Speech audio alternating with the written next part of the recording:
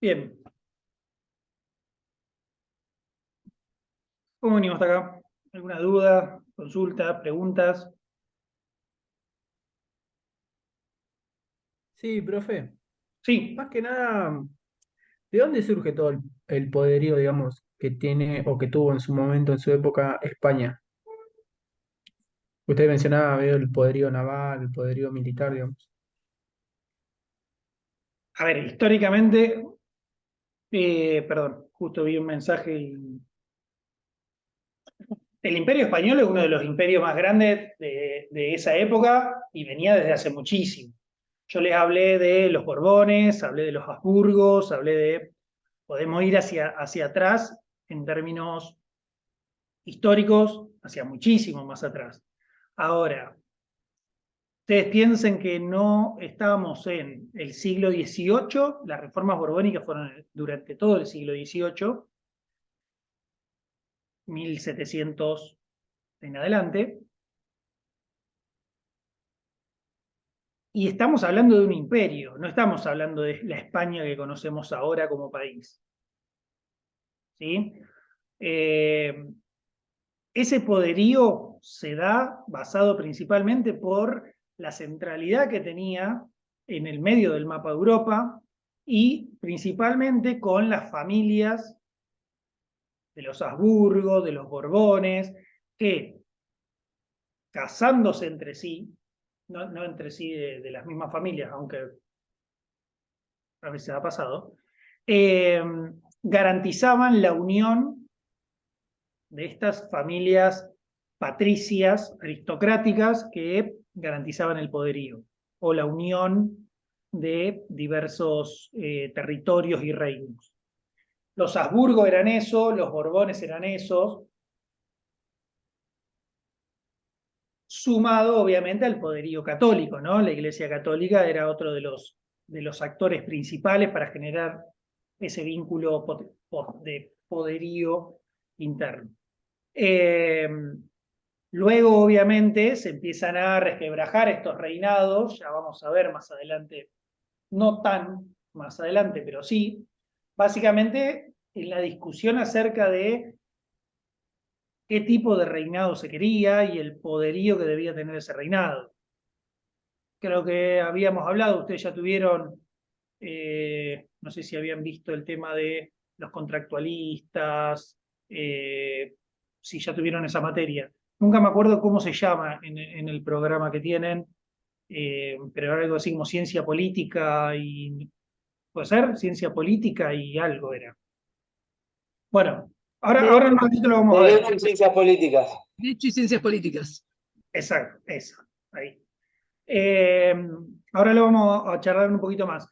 Pero sí, a ver, estamos hablando de un imperio español, un imperio francés, un imperio británico, que imponían sus condiciones en las colonias. Y obviamente se disputaban entre sí el poder. Se disputaban entre sí el poder. Bueno, obviamente el imperio portugués también, ¿no? Que lo estamos nombrando ahora. Pero bueno, ya me voy a meter de nuevo en eso. Ay, se me fue quién era el que lo había preguntado. Creo que era Ezequiel. Pero ahora entramos en eso, Ezequiel. Eh, bueno, como les decía, entonces, Napoleón empieza a ingresar a España, al Imperio Español, y empieza a darse cuenta que las fronteras entre España y Francia no eran tan españolas. Y de golpe lo que era Francia y España se desdibujaba un poquito en esas colonias. Y se empieza a dar cuenta de que puede tranquilamente adueñarse de todos esos territorios. A medida que va avanzando, empieza a pensar en la conquista de España, ¿no? En la invasión, que ya no era solamente un paso, sino una invasión. Lógicamente, cuando ve que Portugal se manda a mudar, se van todos para Lisboa, que eso cambia el eje de la disputa política, porque lógicamente no es lo mismo tener a la familia real en Europa que en Brasil, o lo que ahora entendemos por Brasil. Napoleón dice, bueno, listo, yo ya por lo menos le tapé los dos puertos principales a Gran Bretaña, y España de golpe no está haciendo tanta fuerza. ¿Qué onda? En ese momento el rey de España era Carlos III, al cual lo obligan a abdicar con el fin de que asuma Fernando VII. Obviamente, cuando empieza a volver Napoleón de Francia y va por España, se empieza a dar cuenta de que esto que estaba generando produce cierto descontento en los españoles que se enfrentan con Napoleón en Madrid, pero que no tienen la capacidad de hacerle frente a uno de los mayores ejércitos de la historia, pero de ese momento uno de los más grandes del ejército terrestre, ¿no? Naval ya dijimos que era Gran Bretaña. Pero en territorio, el de Napoleón era uno de los más grandes. Es así que en ese enfrentamiento en Madrid hace una sangría, una matanza, Napoleón. Y pone a su hermano, José, a cargo de Madrid.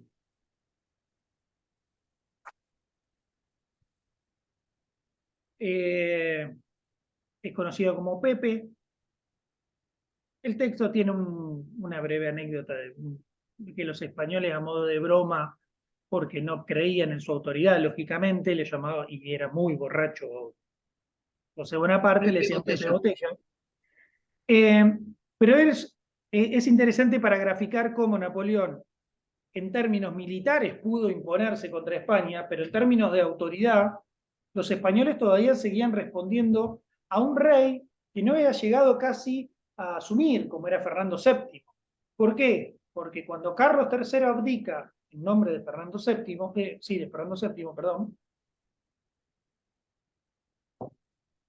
Napoleón invade y se hace cargo José Bonaparte. Obviamente esto genera un revuelo enorme. ¿Qué empieza a pasar?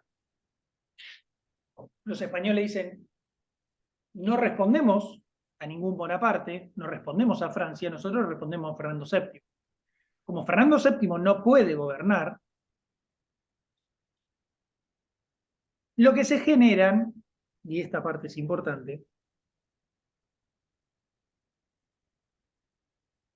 es lo que conocemos como el juntismo.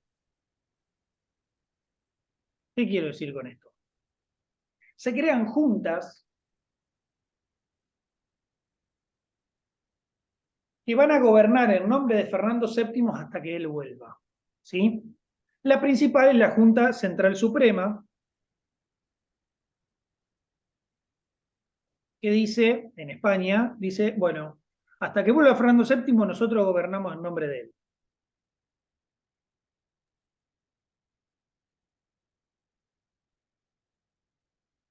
Esta junta se celebró en Sevilla. Y lo importante de esto, ¿por qué señalo que esto es importante?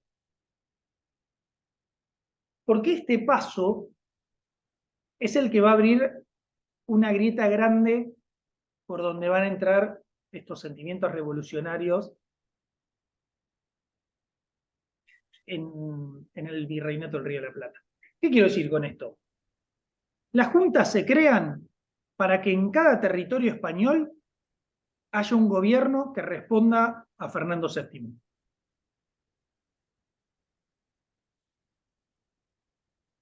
Como ya no está Fernando VII, se arma una junta. Obviamente está la Junta Central Suprema, pero después va a haber una junta en cada territorio. Por lo tanto, una junta acá. Pero a su vez, las juntas en los territorios, en las colonias, tenían otra lógica. Ustedes piensen que estábamos aislados. Yo digo estábamos como si hubiese sido yo, ¿no? Pero el virreinato del Río de la Plata estaba aislado de España. España no podía ir y venir con los barcos como antes. Perdón, pero yo siento que el grupo ya tiene como 254 miembros de la cantidad de numeritos que ponen, agréguenme al costado. Yo no estoy viendo quiénes son, pero digo, es como que cada rato aparece uno nuevo. Me desconcentré, perdón. Entonces, ¿qué pasa con este juntismo? Abre la puerta a una pregunta clave. Si en el virreinato del Río de la Plata gobierna el virrey Cisneros porque lo nombró el rey Fernando VII. Si no está el rey Fernando VII, ¿quién gobierna? Nadie.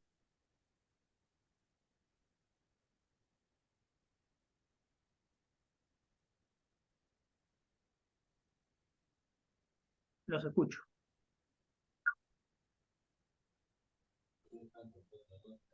Perdón, ¿qué dijo, profesor? ¿Usted se refiere a la propuesta que empezó a surgir en base a esa situación de crisis? No entendí esa pregunta, perdón, Ángel.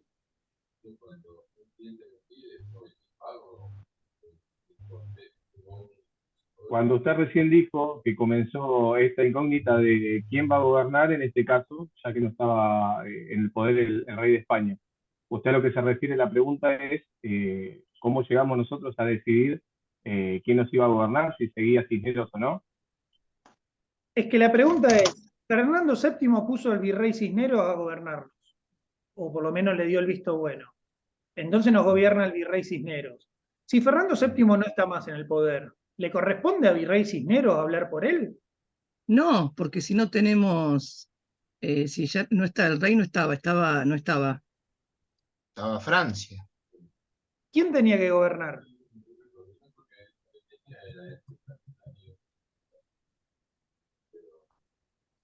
Y La yo gran creo que pregunta, perdón, No, habría que, yo creo que pensaban en independizarse primero para después decidir quién gobernaría.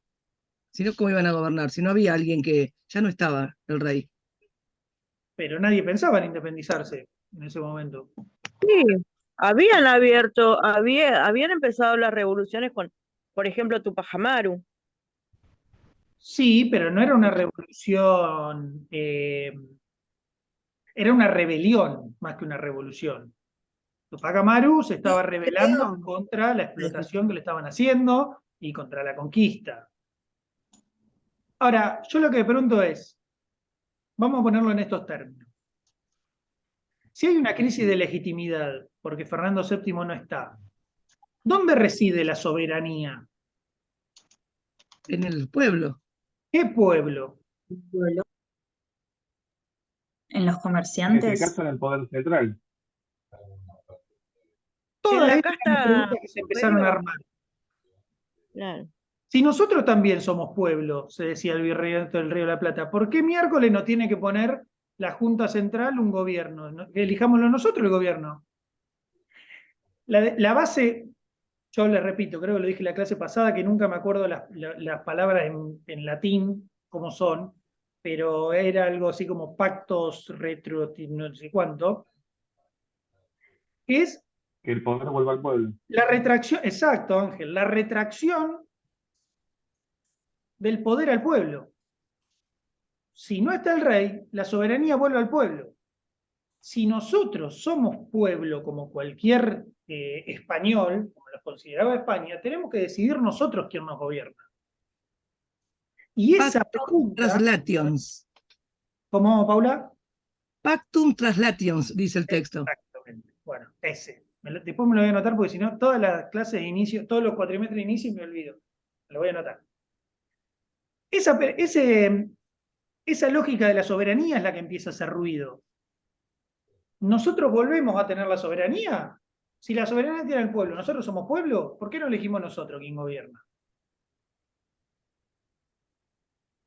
Todas esas preguntas son las que empiezan a resquebrajar del todo el equilibrio que nombraba al principio.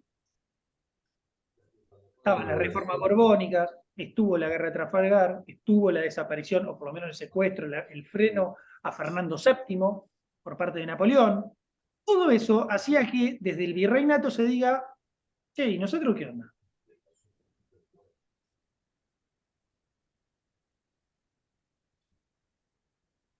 Puede ser, profesor, que el miedo mayor era que en el Río de la Plata reine Bonaparte, por eso es como que se pusieron firmes, porque ya que se enteraron por la noticia que cayó el rey, que Cisneros no tenía como,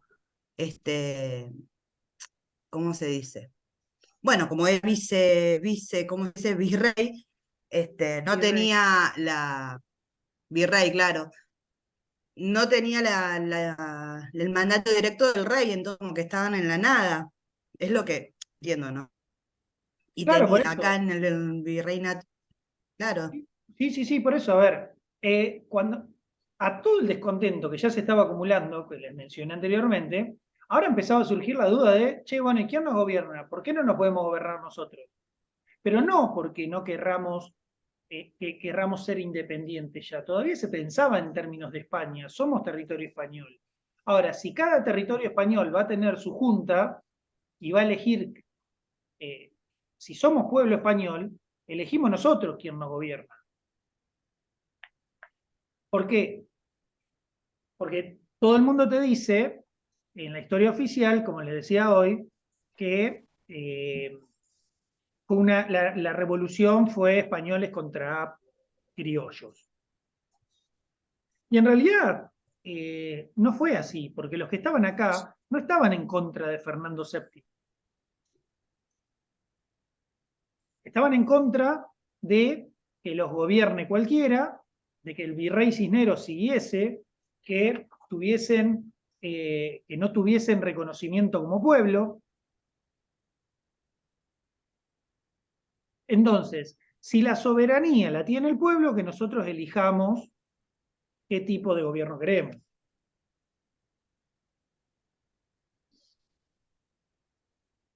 Es más, cuando empiezan a llamar a las juntas, a convocar a las juntas,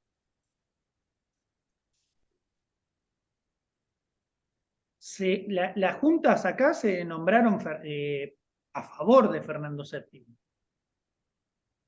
Lo que pasa es que mientras no te des La Fernando primera, VII, ¿cómo, Ángel? la primera se declaró a favor de Fernando. Tal cual, por eso. La primera junta se declara así, a favor de Fernando VII.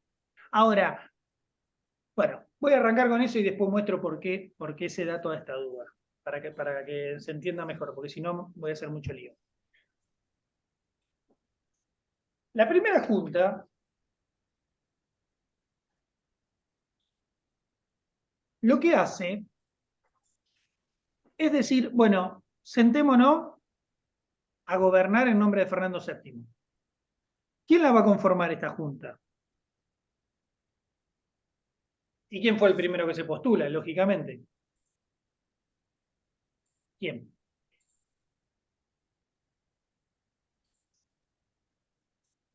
Ahí estaba Saavedra, todo eso. ¿Era esa? No me acuerdo. El virrey. El virrey Cisneros. Exactamente, Ariel. A ver.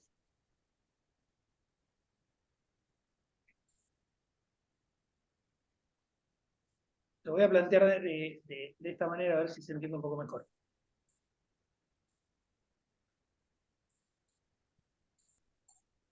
Las juntas, para la primera junta, Cisneros dijo, bueno, yo voy a seguir gobernando, porque lógicamente Fernando me puso a mí, yo voy a ser el que comande la junta, con otra gente de acá. La pregunta era, ¿por qué vos? Vos ya no sos virrey para nosotros. Si no está Fernando VII, vos ya no tenés razón de ser acá.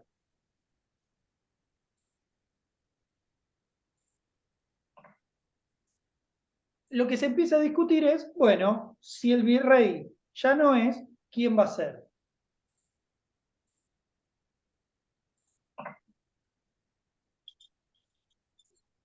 Entonces podemos elegir. Ahora, podemos elegir, pero siempre en nombre de Fernando VII. ¿Sí? Porque lo que se estaba diciendo es, vamos a organizar una junta que responda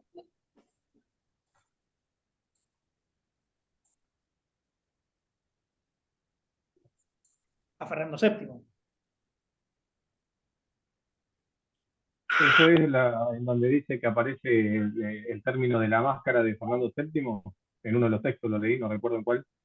Exactamente. La primera junta lo que dicen es que aparece la cara de Fernando VII con máscaras como para decir que se estaba a favor de él. Pero, a ver, cuando en 1810 se llega la información de que en España la ocupación española había derrocado a Fernando VII, en América obviamente se generó una conmoción tremenda. Les repito, se empieza a cuestionar la legitimidad del virrey Cisneros. Y lo que se empieza a hacer es convocar a un cabildo abierto para definir esta junta.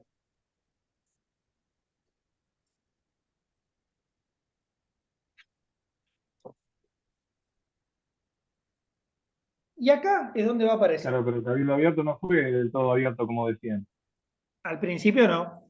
Al principio no. Claro. Lo que empieza a suceder No, es que, como Brenda, nunca fue. bueno, después Es más largo. cambió. Después cambió. Podemos discutir si es más abierto o menos abierto, pero sí es cierto que el primer cabildo va a tener tres vertientes, si se quiere. Por un lado, los sectores más conservadores de la corona, que van a estar, lógicamente, el virrey Cisneros, que quiere seguir en la cabeza de la Junta, acompañado por la Iglesia Católica, con la representación del obispo del Monseñor Lué, el obispo de Buenos Aires. Que básicamente lo que decían es continuemos con el poder español, sigamos todo como acordémonos de la Junta Central y sigamos todo lo que nos dicen ellos. Por el otro lado estaba Castelli, o el sector de Castelli. Era el que principalmente decía, che, por un lado se cayó el gobierno legítimo de Fernando VII.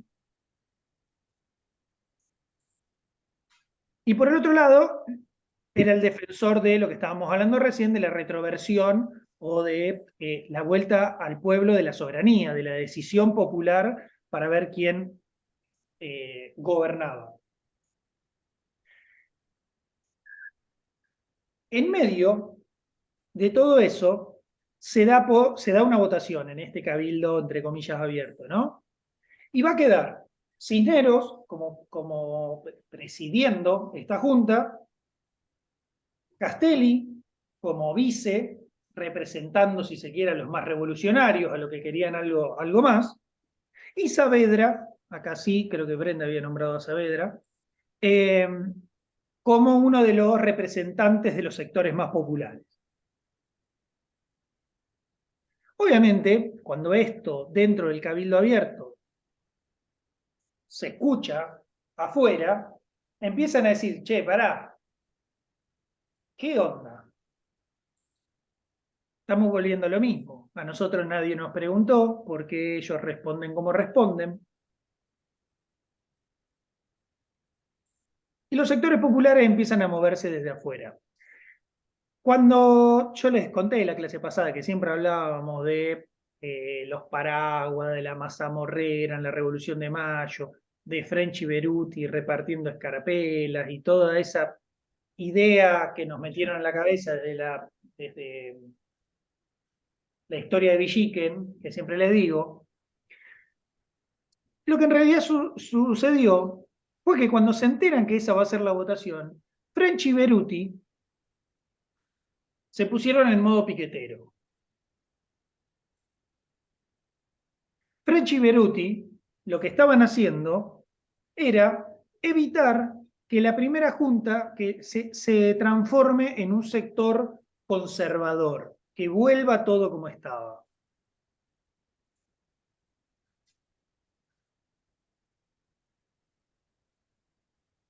Los vecinos que habían sido invitados a votar para todo esto, obviamente eran los vecinos chetos, los acomodados y qué sé yo,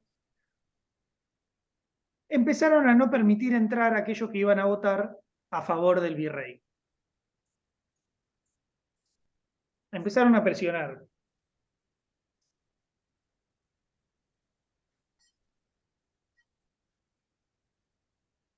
Lo que hacían era reducir a la mitad a los que iban a votar, básicamente porque los que votaban para Cisneros no podían ingresar.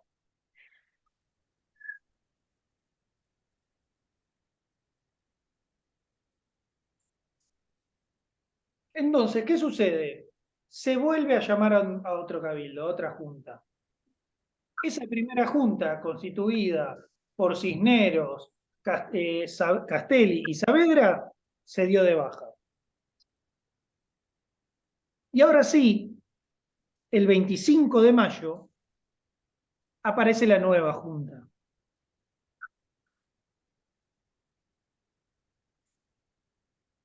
Y acá vamos a ver, yo les dije, por un lado teníamos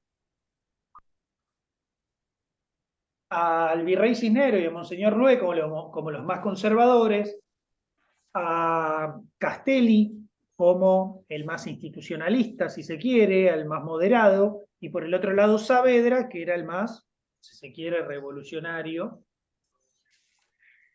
La nueva junta va a estar precedida por Saavedra, Paso. Juan José Paso y Mariano Moreno, de los sectores más revolucionarios. Entonces, lo que se empieza a observar es que de la primera junta a la nueva junta hay un traslado del eje principal del poder hacia los sectores más revolucionarios. Porque básicamente lo que estaban diciendo es, che, está bien, juramos por Fernando VII, pero nosotros no queremos lo mismo de siempre. Nosotros estamos descontentos. Y ese descontento se expresó cuando quisieron volver a votar por Cisneros, le dijeron, no, de acá.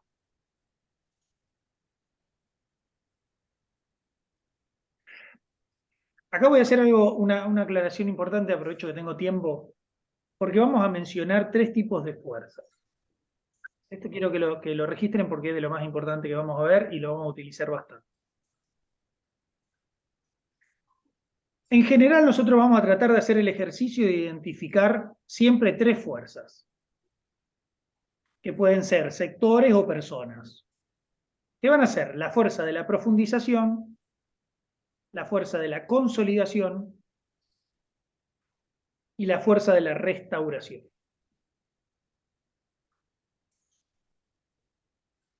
¿Qué quiero decir con esto? ¿Puedes repetirlo, profe?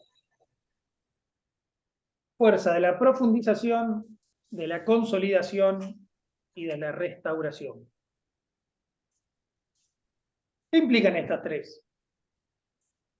Ante cualquier proceso, ante cualquier cambio, en general no van a estar todas, muchas veces no van a estar todas, pero en general siempre vamos a tener 3 posturas frente a eso. Vamos a tener un sector que busque consolidar el cambio que se hizo,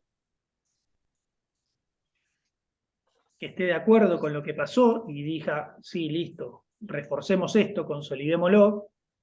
Vamos a tener un sector que va a ser de restauración, que va a decir, no, volvamos atrás, no queremos esto, estábamos mejor antes. Y vamos a tener un sector de profundización, una fuerza de la profundización, que es, che, qué bueno que conseguimos esto, pero necesitamos más. Y este ejercicio lo vamos a usar, vamos a tratar de hacerlo en todas las clases. ¿Por qué? Y ponemos el ejemplo acá, vamos a aprovechar este ejemplo para usarlo. ¿Quién sería fuerza de la restauración en esto que estoy contando? Cisneros en este caso. Bien, Ángel. Cisneros y Monseñor Lué, la Iglesia Católica.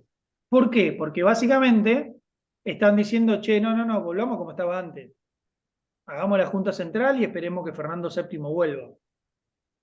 No hagamos ningún cambio loco, dejémonos de joder. ¿Quién sería de la consolidación?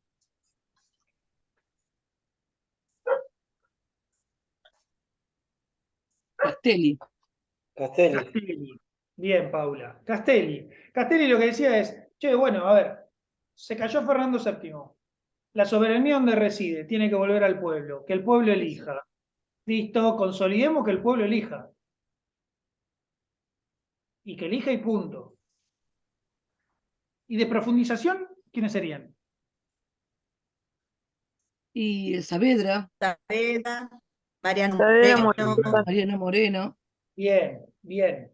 Ellos no solo querían que el pueblo elija, sino que permitían pensar en algo superior.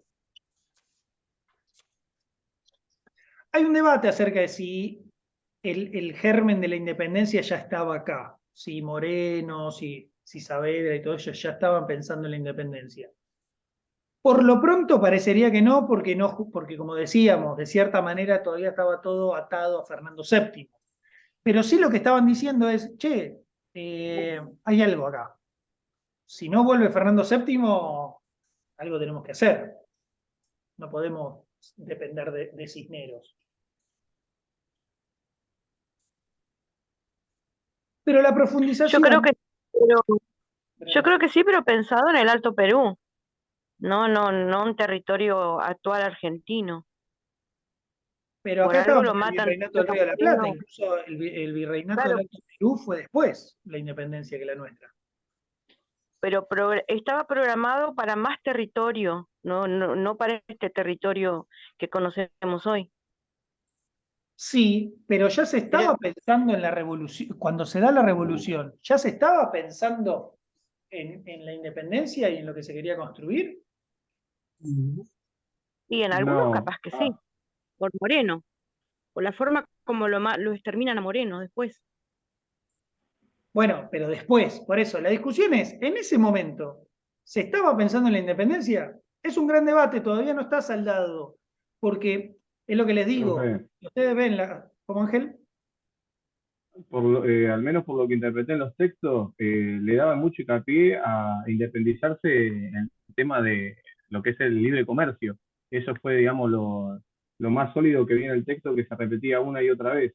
Ellos querían, sí o sí, bueno, hacer comercio con Gran Bretaña y, bueno, quitar esa parte asfixiante que le daba el comercio de España. Eso fue lo que vi que se repetía una y otra vez al principio de la revolución, digamos, de los motivos. Sí, pero incluso en el texto se discute si ese es el motivo, porque como dijiste vos antes, ya estaban pudiendo comerciar con otros países antes de 1810, porque después de la batalla de Trafalgar le exigieron a España que se lo permita porque no tenían cómo miércoles negociar con España que no tenía barcos. Entonces, hay una discusión acerca de si realmente el motivo de todo esto fue el no poder comercializar. Lo que sí se entiende es que la revolución de Mayo puso en discusión el absolutismo. ¿Por qué decimos esto? Porque si nosotros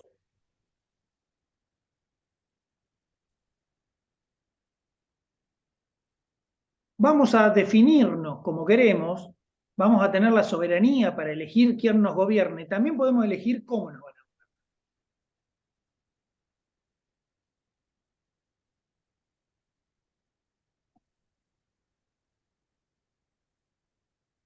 Si el poder vuelve al pueblo, es una revolución democrática lo que se está generando. Ya no es un rey que por derecho divino, por sangre azul, por decisión de Dios, nos va a gobernar. Elegimos nosotros quién nos gobierna. Pero si era el pueblo o la corona española. ¿Cómo, Paula? Si era el pueblo o la corona española. Había que decir Exactamente, en ese momento. exactamente. Era una revolución antiabsolutista, pero no contra España. Por eso decimos que es una revolución y no una independencia. Y ahora voy a dar algunos otros datos sobre esto. ¿Se puede decir también con amenaza de Francia o es solo España contra el pueblo? Con una posible amenaza de Francia que también quiere tomar territorio por lo que está haciendo Bonaparte. A ver, obviamente que tampoco se quería que gane Francia. Yo le repito, el territorio era español. No estábamos pensando en Argentina. Sí, Lo que entiendo se que dice, era español, pero claro, como había Francia tomado España por eso, y había hecho que como Francia fuera toma el España, monarca, por eso mismo. como Francia toma España, lo que se dice desde acá es, che, bueno, si no está el rey, nosotros tenemos que gobernarnos por nosotros mismos hasta que vuelva el rey.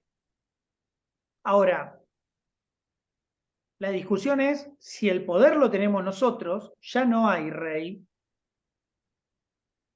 ¿por qué tiene que ser un tipo, según dicen, seleccionado por Dios, el que nos gobierne?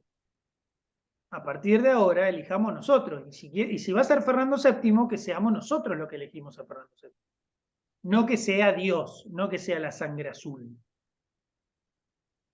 Por eso es que se plantea, ahora igual lo vamos a profundizar con un ejemplo con la Constitución de Cádiz, pero estas fuerzas revolucionarias lo que estaban diciendo es, no queremos que la corona española nos gobierne como corona. No queremos una corona, queremos elegir nosotros quién nos gobierne.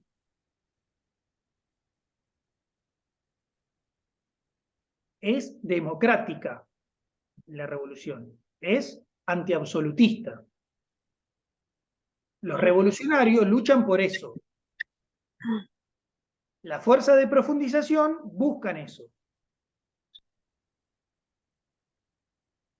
Queda menos de un minuto. Nos encontramos -20 y guarden preguntas, lo que sea, arrancamos con las preguntas y después seguimos con la clase. Sí. Nos vemos un ratito. Bueno.